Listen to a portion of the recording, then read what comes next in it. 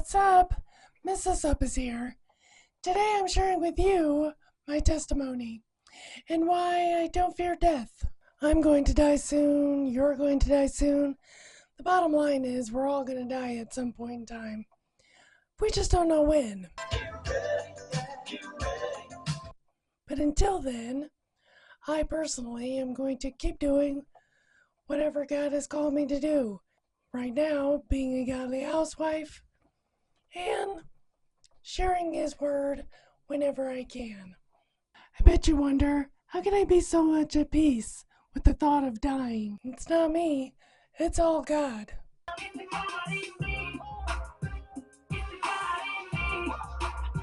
And my reason for being here today is also all God. This is where His story through me begins. See, I came into this world born with a broken heart, literally a broken heart, called transposition of the great artery. And at the time of my birth, I was the youngest to have the mustard procedure done. Now, my mother was told, because I was so young, I may not live to either see the age of 6 or past the age of 6. Not sure why 6 was the number, but that's what they told her. Clearly, God had other plans, because as you can see, I'm still here. Now, for the most part, as a kid, my heart wasn't giving me any problems. My only reminder that I had a heart operation is the huge scar in the middle of my chest, along with the 10 other scars on my body. Now, I knew I wasn't supposed to overdo it when it came to exercising and running around. So, when I was in gym class in elementary school, I took total advantage of it. My heart didn't start acting up until after I graduated high school. I started getting what is called palpitations. So, from 1995 on, I have dealt with this thing called palpitations. Annoying, but I learned to deal with it. Did I have my moments of questioning God? Yes. I had my moments when I would ask God to remove it and then thought that I was healed from the palpitations, and then it would return, and then I would be mad or angry that it wasn't healed, and then I would have my why me? And get caught up in the nonsense of, well, I must have didn't have enough faith. And yes, that type of thinking is nonsense. How can one not have enough faith? Mustard seeds are not that big. But all in all, I continued with the life that God has allowed me to have. I went on to college, dealing with palpitations. I came home and got jobs, dealing with palpitations. After a while, I just got used to having palpitations. This is my life, and a constant reminder that I was born with an impaired heart, a broken heart. Eventually, I'd start noticing that my palpitations would kick in around a certain time in the month, so it would kind of help with keeping track with that, oddly enough.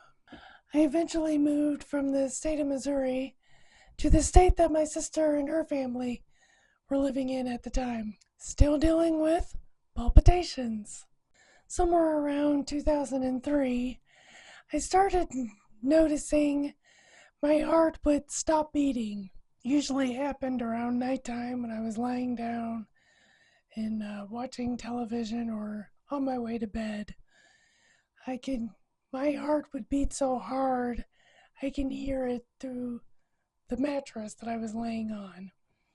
And it would vibrate my whole body as it's beating. So I could tell that I could not hear it. And I would have conversations with myself asking, is my heart not beating? Did my heart stop beating? And I would sit there and try to feel for my heart. And I would search around my chest and try to feel for my heartbeat. And then I would ask myself, well, wouldn't I be dead if my heart stop beating. So I ignored it. I don't know how many times that would happen, but eventually, I guess the good Lord said, because I wasn't heeding the warning, He was going to have to get my attention. In July 2003, there was a Scottish festival, and I was going. Now, my sister and her kids were supposed to go with me, but early that morning, she had called and said they weren't going to make it. So I went by myself. Now, for whatever reason, I have always had this fear of passing out due to dehydration. So this particular day, I had made sure I was taking my big jug of water so that wouldn't happen to me. But once I got the call from my sister that they weren't coming, I left for the Scottish festival so I can get good parking and get there right when it opened. What did I do? I left the house without my water.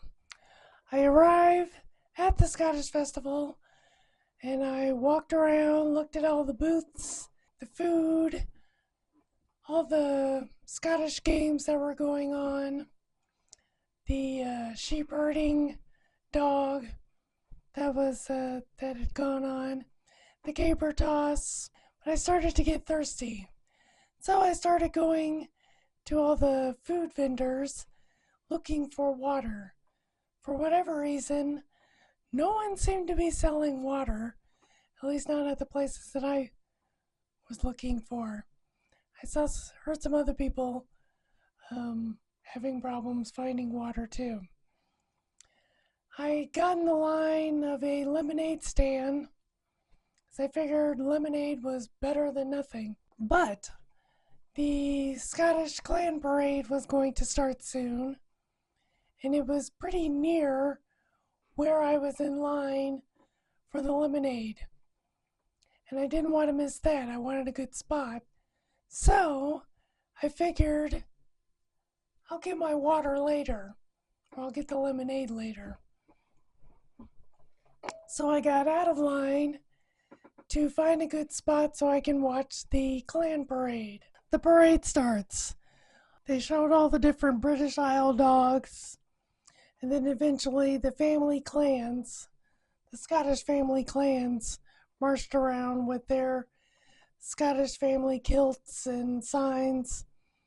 For instance, the McGregor clan, MacDonald clan. So all the families were in the parade, and it ended with rows of bagpipers and just marching. And it was awesome. I was standing there watching the bagpipers, and I started to, I'm getting hot, and I did feel like, I'm starting to get thirsty. It's like, okay, after this, I'm going to go get my lemonade. I felt a tug on my shirt, and I turned around and saw my middle niece standing there. And then I kind of looked up and saw my sister and my nephew walking toward me. So now I'm excited. I'm like, oh, sweet. They made it. I'll get to show them around. So I turned back around to finish watching the bagpipers and started to get a little dizzy, and my legs started to feel weak, wobbly. And at that moment, I'm like, okay, I really need to go find some water, get something to drink. So I turned around to go walk toward my sister and tell her that I need to get some water. And the only thing that I remember is I went to lean on her, and then I came to with the ground coming toward my face. Turned out I passed out. The very thing that I was fearful of happening, I thought had happened. I passed out from dehydration. I landed on the ground and thought to myself, did I just fall? And I can hear my sister screaming, oh my goodness, you do need water. She's trying to tell my nephew to go find some water. I sat up. I'm sitting on the ground. Somebody handed my sister their water to me. So she handed it to me so I can get some water in me. An EMT had showed up and she asks me if I knew where I was. I looked at her and said, I'm on the ground. And thinking to myself, can she not see? And then she's getting the little blood pressure on me and says, yes, but do you know where you are? And then it dawned on me what she was actually asking. It's like, oh yeah, I'm at the Scottish Festival. Now during this time, I'm hearing cannons being shot off, and I'm just sitting there going, I am missing the last of the Scottish parade, and they're shooting off cannons, and I'm missing it because I passed out from dehydration. So I'm telling the lady I just need to get some water. The EMT's like, your heart rate is really, really low. Now I'm thinking she's just talking about my irregular heartbeat because I have a extra a extra couple of heartbeats when my heart does beat. So I'm just thinking that's what she's referring to. Both my sister and I said, oh, I was born with a heart condition. That's no big deal. I have an irregular heartbeat, whatever. I just need some water. And she's like, when was the last time you drank water? And I told her right before that morning with my breakfast and right before I left. I hadn't been at the Scottish Festival very long. If anything, I'd probably been there for about an hour. So because I had water that morning and right before I left, and I told her the time I arrived, when I left home, and she's looking at the time that's, the current time. She's like, this is not due to dehydration. We have to take you to the hospital because your heart rate is really low. Now I'm just sitting there thinking, are you kidding me? I'm missing cannons being shot off. My sister and her kids just showed up. I was planning on showing them around. I'm looking forward to showing them around. And now I have to be taken off to the hospital. This cannot be happening. Looking back, I realized how much God was watching over me, even at that moment. Because as huge as that festival was, I was standing right where my sister was coming into the festival themselves. She remembers thinking that they were going to have a hard time finding me when they arrived because there were so many people and how big it was. So God made it so that as soon as they showed up, I was standing right in front of them. And also, it happened that I passed out right when they showed up. Because had they not been there, I would have been by myself trying to figure out, needing to give them a phone call. Bottom line, nobody would have known that I had passed out and would have been taken to the nearest hospital. So God's timing was just all over that day. My niece and nephew, my sister and niece and nephew showed up at the hospital. They're doing EKGs and things like that. Well, in the EKG, it actually shows my heart stopping. And, the doctor eventually comes in and tells me that. That's when I found out that one's heart can stop and you not actually die, but it can stop long enough for you to pass out before it kicks back in, which is what happened to me at the Scottish Festival. And their suggestion was I'm probably going to need a pacemaker. Now I'm sitting there thinking, well, what do you know? All this time my heart has been stopping because that wasn't the first time that had happened. So, September 10th, 2003, my mother's birthday, is when I got my first pacemaker put in. Now, I gotta be honest, I had no intention and I didn't want a pacemaker. It was either get a pacemaker or lose my driving privileges. I had just gotten a new car, so take a wild guess what my choice was. This is my new life as a transposition of a great artery survivor. Palpitations and getting a pacemaker check. Life continues, and in 2007 I met my husband. 2008 we got married, and life was same old, dealing with palpitations and pacemaker checks. Toward the end of 2010, something different happened.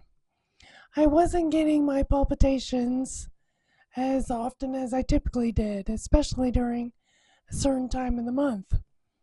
And let's face it, I wasn't complaining. It was pretty much non-existent. I didn't think much of it, but I was totally enjoying not dealing with it. I found it weird, but I was also thinking, this is really nice. Then sometime around the beginning of 2011, my palpitations came back, and it came back with a vengeance.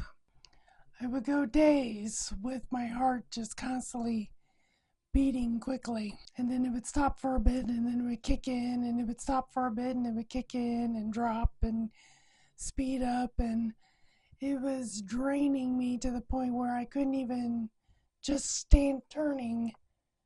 My head would kick it into high gear. I can barely walk around the house.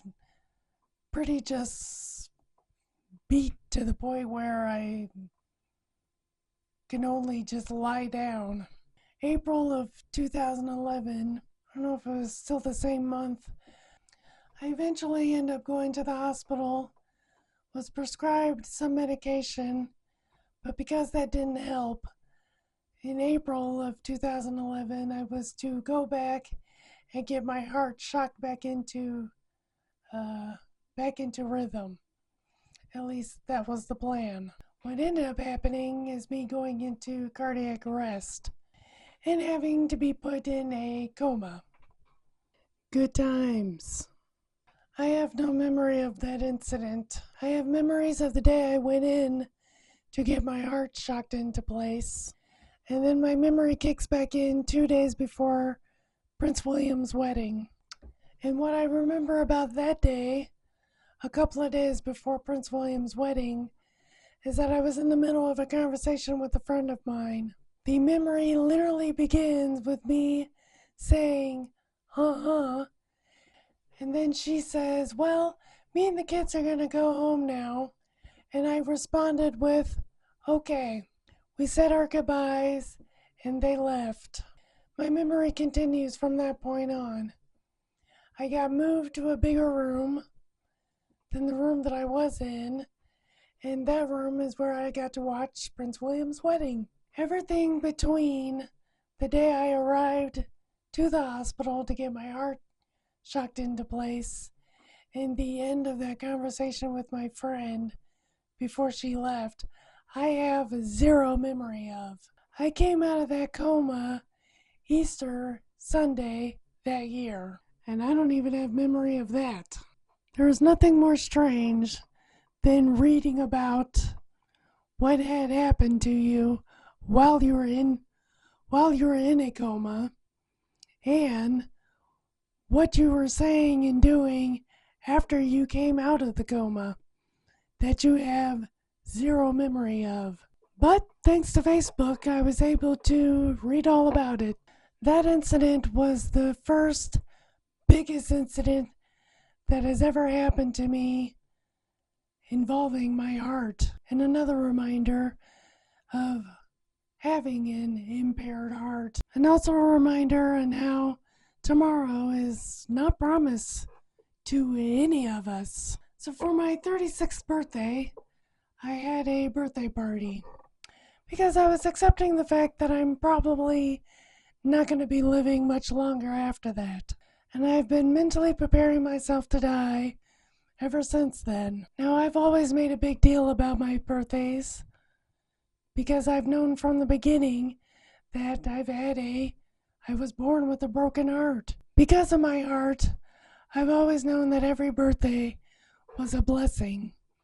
And after 2011, I knew even more of what a blessing it is to have lived, and even more of a reason to give thanks to God for the life that I've been given. God has allowed me to live for so long with a heart that just kind of has a mind of its own and kind of does whatever it wants, according to God's will, obviously. And in 2017, I had my first pacemaker taken out and replaced with the second one. From 2011 on, I was still dealing with palpitations and pacemaker checks, on top of having medications added to the list. And with all of that, God has allowed my life to continue. On November 9th, 2017, my mother and I were FaceTiming each other doing our Bible study that morning in our Bible trivia game. Sometime later that day, I got a call that she was in the hospital due to a stroke. Throughout the day, you're getting updates and, trying to figure out what's all going on. And later that night, my heart was having a jolly old good time, doing its typical palpitations. My hubby and I were about to have dinner, and that day my palpitations were just going. I was sitting at the dining room table, but I figured I'd lie down on the floor next to the dining room table while I try to wait for it to, go back to my normal heartbeat so I can eat. So I went to go lie down on the floor next to the dining room table.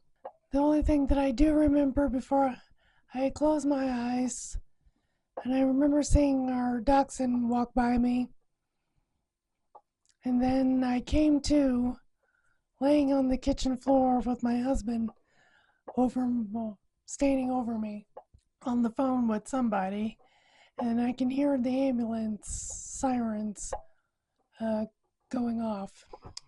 And I was lying there, and I asked my husband, how did I get in the kitchen? According to my husband, I had a seizure type episode. This time my heart rate was going so fast, it caused a different, whatever medical term it's called, and I passed out again.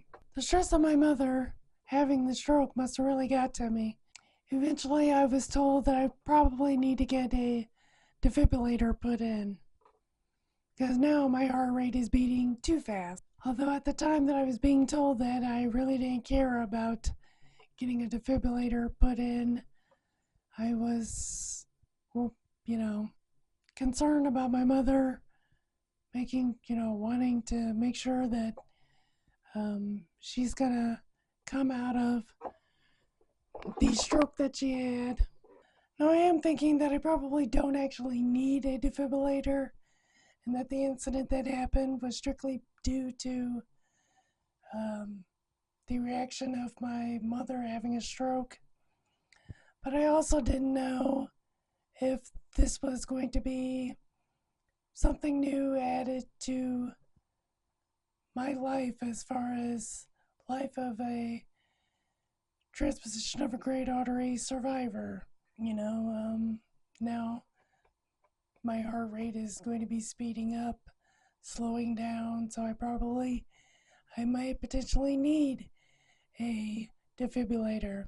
I did eventually agree to having the defibrillator put in. So now my life consists of defibrillator checks, along with the occasional palpitations, typically around that time of the month. By 2021 and 2022, I started slowing down. It was getting harder and harder to go on hikes, cleaning our house, just even going to the grocery store.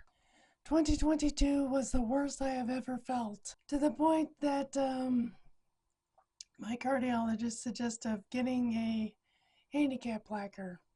I now understand that you don't have to be in a wheelchair to need handicap parking, unlike how I thought, along with many others, when we were kids, when we would see somebody park in the handicap parking and see them walking in. Well, now that's me. It's kind of funny when you think about it. Us kids, we don't always know everything. Bottom line is, by year 2022, I was starting to plan my own memorial service. Because at this point, I'm feeling it's getting closer. I lived a good life. God is preparing me to go home. And I gotta be honest, I was ready. I was accepting the fact that 2022 was going to be my final year. I ended up getting another ablation done and slowly started feeling like my old self. But then later was told that one of the leads in my defibrillator was defected, broken.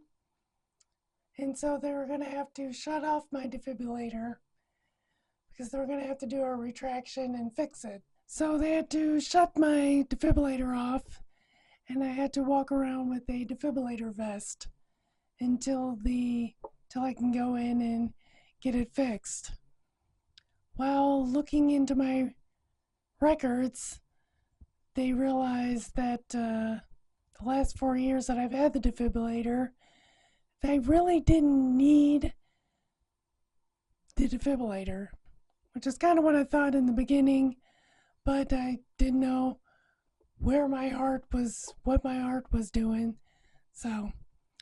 But in the 4 years of having the defibrillator, they decided there was no need to have a defibrillator. I can go back to a pacemaker.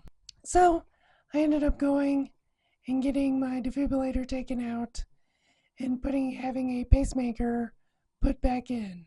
Fun. Now, for whatever reason, I got an allergic reaction from the bandages from the pacemaker, so that took longer to recover from. Not sure what changed, but other than that, everything was back to normal. Same old. Pacemaker checks, medications, cardiologists, appointments, and so on and so on. Throughout this time, since 2011, I've been off and on medications. I've had pacemakers, defibrillators, back to pacemaker, which pretty much brings me up to date. I have slowed down a lot since.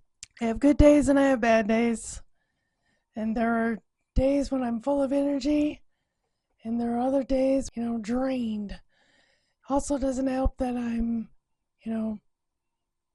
going through premenopausal,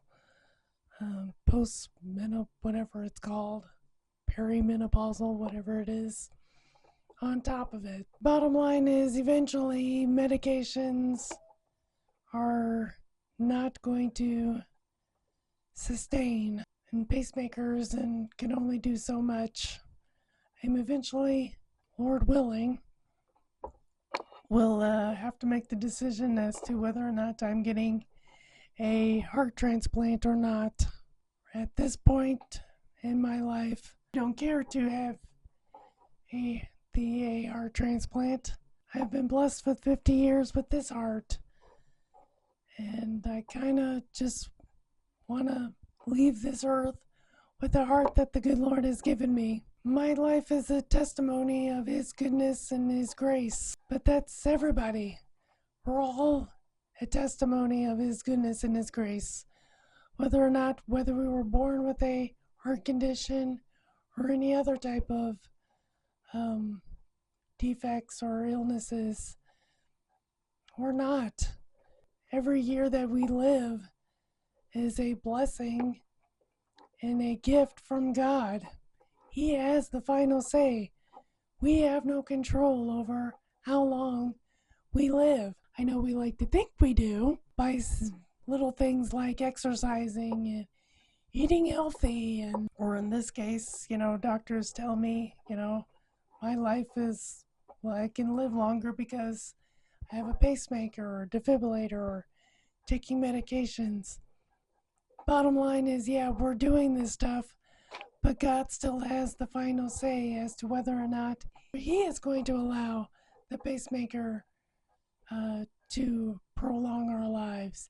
God makes the decision as to whether or not the medications are going to prolong our lives. He makes the decision as to whether or not this operation or that operation is going to prolong our lives. I am not the only one born with transposition of the great artery or any other heart condition out there. There are many of us, and we're all different ages, and some have passed away. Bottom line is, none of us, whether we're born healthy or not, have a say as to how long we're going to live. It's all God's doing. The doctors told my mother I wouldn't live past the age of 6 or reach the age of 6, and God's response was, I will allow her to live. I will let her live however long I want her to live, which now is at age 50. We're all told to do and all of these things or eat a certain way to live longer, and then act surprised when somebody dies, or act like we know when somebody dies. For instance, we know someone who ate healthy but they died of a heart attack, or they died, but our reason for why they died is because they didn't eat healthy. We don't know. None of us have a say as to how long we're going to live. We don't have a say if our eyesight is going to be 20/20 or not, or if we're going to go blind. None of us have a say as to whether our hearing is going to go bad. And even right now, I didn't have a choice as to whether or not my vocal cord was going to go weak or not, become weak. So here I am, with my voice going in and out. No one sees these things coming, except God. We can only do so much, but God has the final say as to whatever it is that we do is going to work or not. I owe God a big thanks for the life that He has blessed me with. And Lord willing, I will be able to celebrate 51 years in August. I look forward to the day I see Jesus face to face. But until then, Wha'Sup is here, sharing with you my testimony and what's up.